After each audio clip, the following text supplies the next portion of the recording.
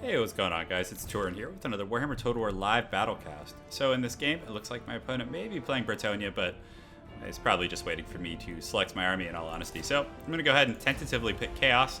I really don't like Chaos against Bretonnia. It's a very rough matchup, and the games can usually go pretty long with getting kited around the map. So I'm going to see who he decides to pick, and then we can go from there. So it looks like he might be staying as Bretonnia, guys. So I think I might switch, perhaps to...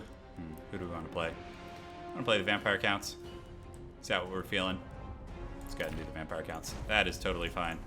So as far as fighting Bretonnia goes, you have two choices. You can invest most of your troops on the ground and, again, put your lords on the ground, or you can just decide to have the Air Force battle, which I feel is a very risky gambit because King Lewin is an extremely powerful lord.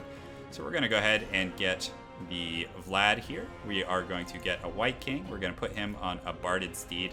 I want to put him on the Barded Steed. Actually, I feel like the speed is a little more important here, so we're going to do that. Give him a potion of toughness. We're going to go ahead and get 2 of him.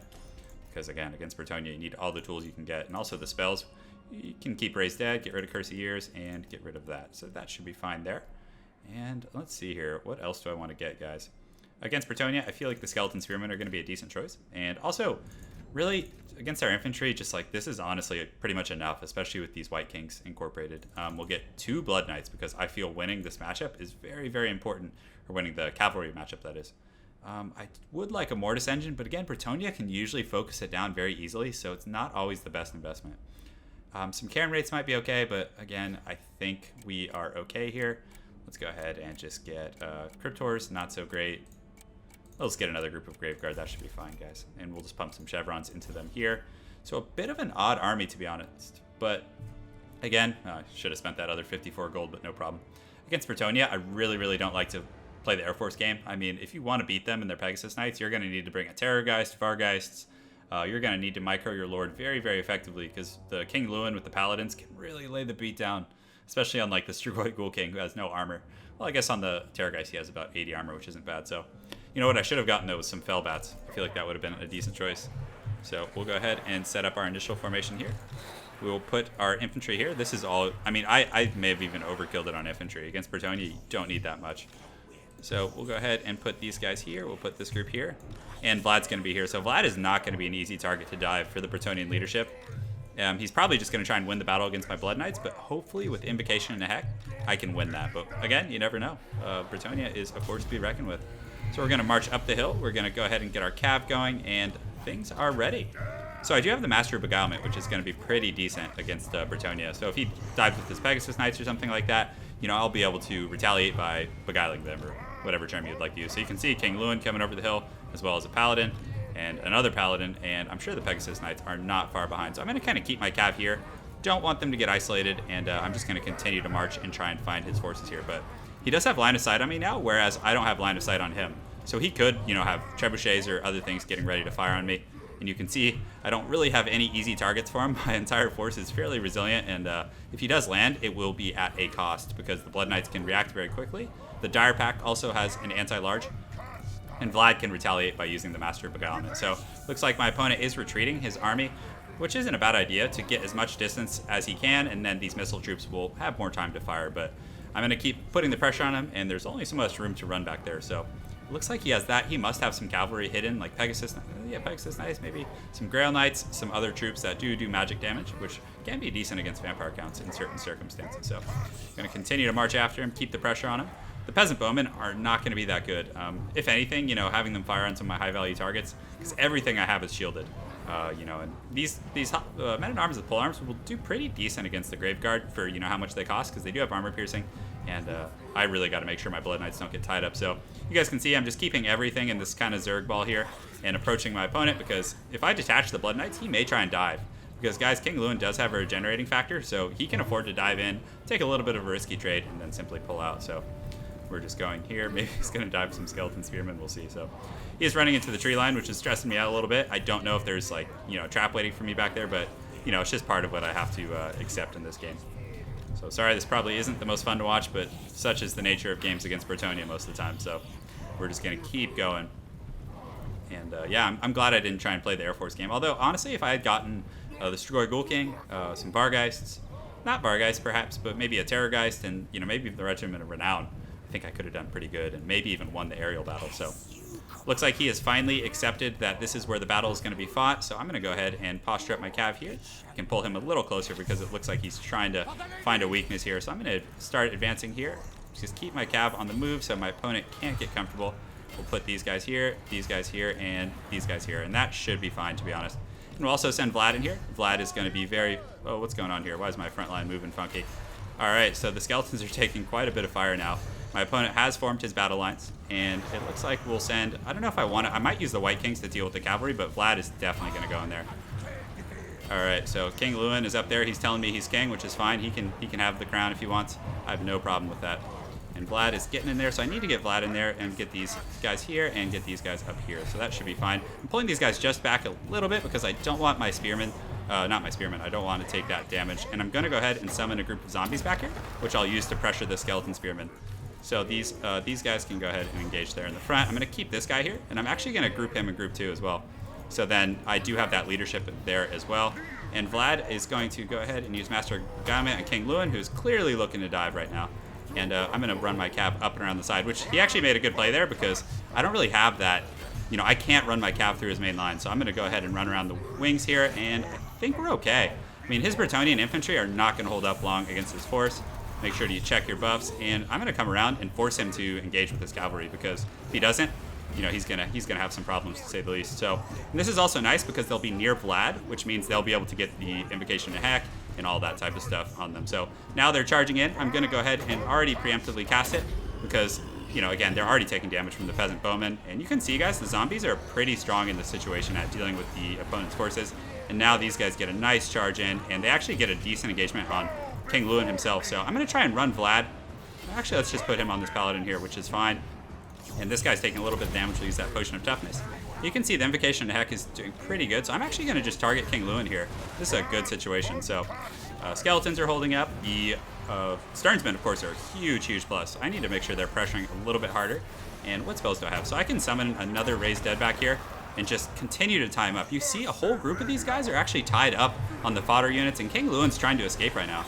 So this is a good, good situation to be in. You can see another fresh group of zombies. They are very, very happy about the situation. So I'm going to keep pressuring King Lewin for as long as I possibly can. And it looks like, oh yeah, he had some troops heading over there. So very, very well played on my opponent's part. We'll go ahead and peel here, and we'll peel some troops here. So a very heroic style attack waiting for me over there. But I think I'm fine, guys. I think I can hold here. And do I have any... No, I probably want to save for the overcast, to be honest. And King Lewin, again, guys, he made a risky gambit, and he's also kind of sandwiched in by some zombies. You can see he's kind of desperately trying to move those around. So I'm going to pull those guys out and about because I don't want them to get tied up with those guys. But regardless, my force is here. The skeleton spearmen, guys, they have anti-large, and they're very resilient against this type of thing. So I'm going to move the Vladimir over here and pull these guys around. I could actually just break his line right now. That's probably a decent choice. Just pull in here and, you know, get them on these guys. And that should be enough to break the line. We'll use the Master Beguilement on these Grail Knights, which will be pretty good. And now I can get these guys, these Blood Knights, probably I'll be able to get them and also keep the zombies going, guys. The zombie summon is actually really not a bad ability at all. I do have a lot of units getting fairly low here. And I'm going to overcast the Invocation into Heck here, which should be pretty good. Keep those zombies and start pushing through because a lot of my guys are breaking through the front line. But also on that same note, his cycle charging over here was very, very cost effective. But I did get a decent engagement on these guys here, these Grail Knights. And the Master of Beguilement is doing very, very good work. And you can also see the Dire Pack in there with their anti-large bonus generating some good results. So these zombies, they need to stay over here. I'm not sure why they're pathing that way.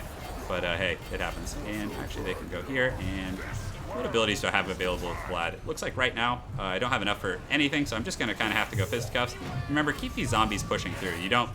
You don't need them in the core to win a fight, per se, you know, but you do want them to chase off the enemy missile troops and just be fodder in that respect. So, thankfully, I do get a nice surround in these Grail Knights with the Sternsmen and my Blood Knights, and they're able to just absolutely crush them. So they actually will probably shatter here in a moment. And I'm going to try and regroup my cavalry troops here and pull them out and around and then move my main force up here and then swing my cavalry around in that respect to try and pressure my opponent. So Vlad's in here. I don't know if he's at his cap yet.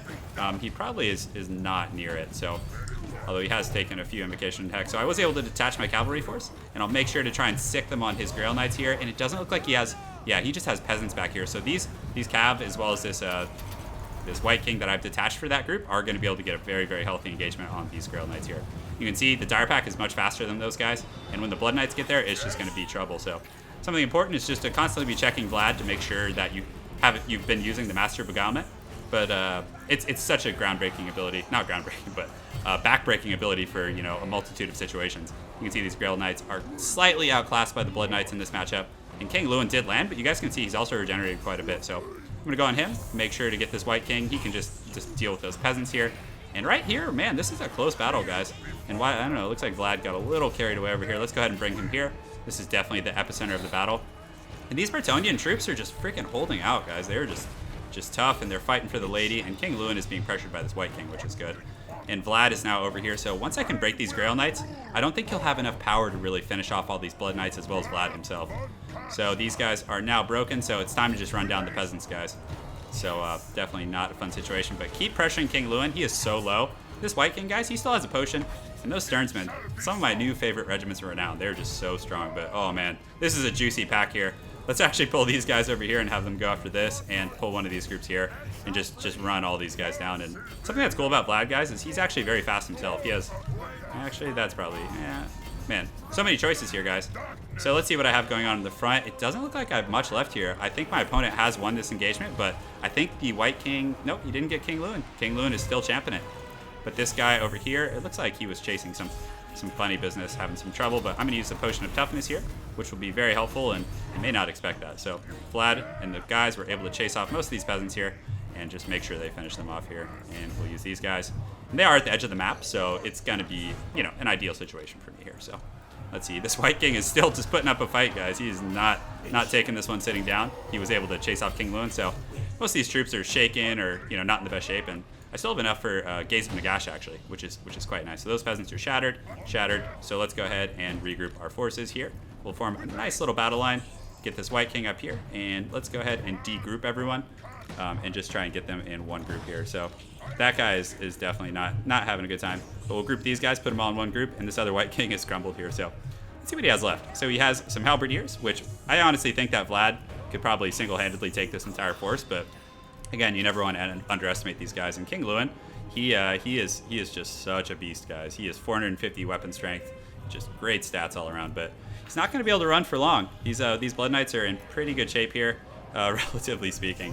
You know, it could be worse. So I'm actually going to posture up in the open field and just try and get King Lewin with the Gaze of Nagash. He is very, very subject to that right now. And I do have the Master of Beguilement, which is going to be very useful. And also, another thing, guys, is Vlad does cause perpetual terror with the, I forget what the aura is called off the top of my head, but he does cause -4 leadership to all nearby troops. And you guys can see these guys are very low. So 4 leadership could, you know, make or break their situation, essentially. So we're going to go ahead and advance here. We got this White King, who's probably already at his healing cap. So I'm going to go ahead and just use the Gaze of Nagash, and then I'll probably just use an Invocation of Heck on this group here. So let's go ahead and take a nice pot shot right here at King Lewin. Let's see how this goes, guys. This could be nice and fun. And here we go. Time to party. Oh, and it just total swing and a miss. Oh my goodness, that's not fun. So I'm gonna wait for Vlad to get in and just use him as the shock because he is just in perfect health and is just ready to party. He's ready to throw down with these guys. We'll use an Invocation of Heck here. We'll see if they're at their healing cap. I probably should have checked, to be honest, but you know, again, it looks like they are healing a little bit. I think so, give or take. Yep, they're healing. So that was actually a decent investment. We'll send the White King in next, and then we're just gonna send in the other troops shortly after. So we'll just go in there and get down and dirty. We'll pull the Dire Pack around, and we're going to use a Master of Beguilement on King Lewin preemptively, and you know that's going to put his melee attack to 2. So pretty good situation. The Blood Knights are going to come in, get a good charge, but regardless, he does have the hold your ground and, you know, is doing pretty well. And he does land a Paladin here, so that is fine. We'll get the Dire Pack in the back, get a rear charge, which should be enough to break them. We'll find out here in a second. And again, King Lewin is nullified, hopefully, with the Master of Beguilement. So a lot of these troops are breaking. Very, very tough situation. They are peasants, and they do not want to be fighting these elite Vampire Counts units. Come on, get him. Get King Lewin out of here. He's the recipe for success here. And thankfully, the Dire Pack is so fast, it's going to be hard for him to take off. So that was definitely a good game. A lot of fun. And Vlad was a good choice. You guys saw, you know, very sturdy, very hard to kill. And he's nice because you can keep him among the troops. And he's not an easy target there. If he gets dove, he's resilient. He can counteract with Master of Beguilement. Also, on that same note, the zombie summon, guys, believe it or not, is really good in a lot of matchups, especially with a character like VLAD, who's always in the front line. You can simply summon zombies behind their front line, which can then disrupt missile fire, can apply the rear charge hit to the infantry that are in front of him. Just a multitude of benefits from there. But also, like I was saying, winning the cavalry battle is very, very important against Bretonnia, but he did a really good job. He kept those guys hiding for a long time, and he kind of baited me after his army, which, again, I didn't have much of a choice. I didn't feel like exploring much, but, I'm just glad that my cav didn't get caught out by King Lewin and then jumped by his Grail Knights. But very well played to my opponent, Nemesis. I look forward to seeing you again on ladder, and I hope you guys enjoyed that live Battlecast. More content coming soon. Take care.